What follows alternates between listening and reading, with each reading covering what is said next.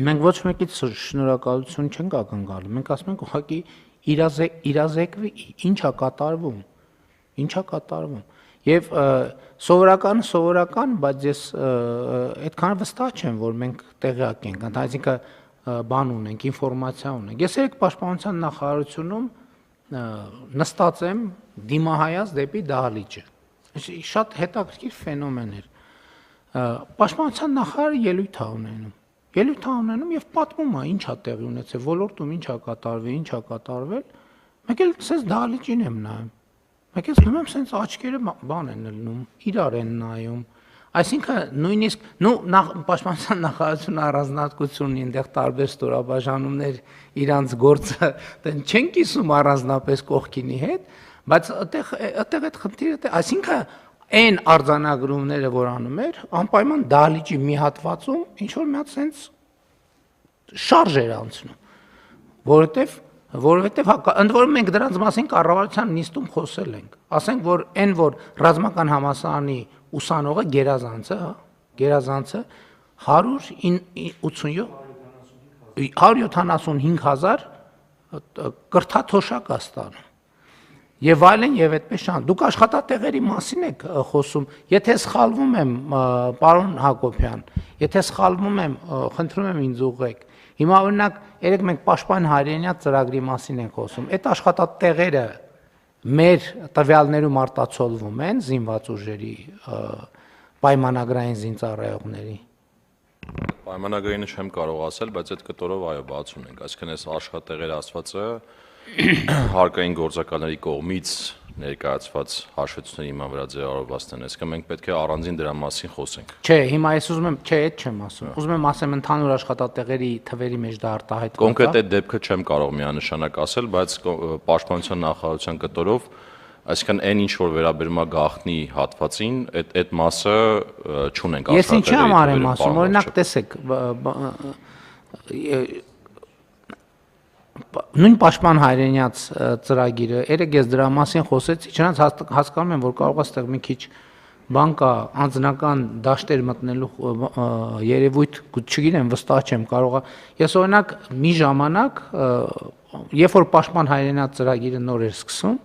ատեստավորված զինծառայողների մասին պաշտպանության նախարարը իր այջում պաշտպան հայրենիացի, ովքեր գնացել են ժամկետային զինծառայության, պաշտպան հայրենիացի պայմանագիր են կնքել եւ հիմա ծառայում են որպես պայմանագրային եւ ծառայությունից դուրս ապրում են իրենց տանը, այսինքն գիշերը քնում են իրենց տանը, եթե այսպես ասած ծառայողական խնդիր չեն կատարում որոշակի ժամանակով։ Պաշտպանության նախարարը իր այջում դնում էր մի քանի դեպքում գերազանց ատեստավորումը անցած զինվորների մասին պատմություններ, ովքեր մոտավորապես կարոն 500, 600, 450 հազար դրամ աշխատավարձ են ստանում։ Եվ այդ ռեպորտաժներում նաև նկարագրվում էր, երևում էր այդ մարդկանց տունը եւ այլն եւ այլն։ Եվ ես այն մի քանի անգամ նախարարին ասել եմ այդ թեմա, վերեք առաջի անգամ բարձրաձայնեցի, վստահ չեմ, որ դա լավ է հնչում, բայց ես համոզված եմ, որ դեպքեր կան, որ իրոք վերջին տարիներին առնվազն այդ տներ միանվագ ոչ մի անգամ 600,000 դրամ չի մտել։ Եվ երբ որ մենք խոսում ենք այսօր ասում են, վայ, սոցիալական վիճակը եւ այլն,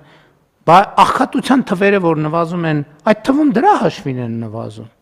Բա այդ հիմա գնանք այդ ռեպորտաժների տները նայենք եւ հիմա գնանք այդ մարդկանց տները նայենք։ Գնանք տեսնենք, որ այդ մարդկանց բակում մեքենայա կանգնած, որ այդ մարդիկ հիպոթեկով բնակարան են ձեռք բերել եւ այլն եւ այսպես շարունակ։ Այսինքն այս ամեն ինչի մասին չի խոսվում, չի ասվում։ Բայց սա մենք պետք է արձանագրենք։ Եվ այսօր մեր բանակում շարքային կազմի բազմաթիվ զինծառայողներ կան, ովքեր, ես երեք չառաջորն եմ վիճակագրությունը վերցրել, 700,000 դրամից եւ ավել աշխատավարձ են ստանում շարքային,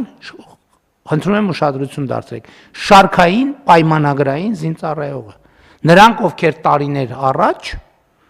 2018-ի դրությամբ ստանում էին 120,000 դրամ աշխատավարձ, 120, 130, լավ 180 թող ստանային։ Եվ երբ որ պարոն Ավինյանն ասում է 2021 թվականին զրոյական վիճակ ունենք, ես էլ եմ ուզում մենք արձանագրենք 2021 թվականին ինչի ունենք զրոյական վիճակ, որովհետև 21 թվականին 18 թվականից 3 տարի արդեն անցել էր, որովհետև այդ ընթացքում մենք 19 թվին էլ ենք այդ թեմայի շուրջ շատ աշխատել, բայց կոവിഡ് եւ այլն, այսինքն այդ process-ները էականորեն հետաձգվեցին։ Բայց էլ եմ ասում, իմ խոսքը բացարձակապես շնորհակալության մասին չի, իմ խոսքը իրազեկման մասին է, որովհետև երբ որ այս լռության պայմաններում է դա տեղի ունենում, դա առնվազն հարցեր առաջացնում է։ Բանն եք ասել Մուհամեդ։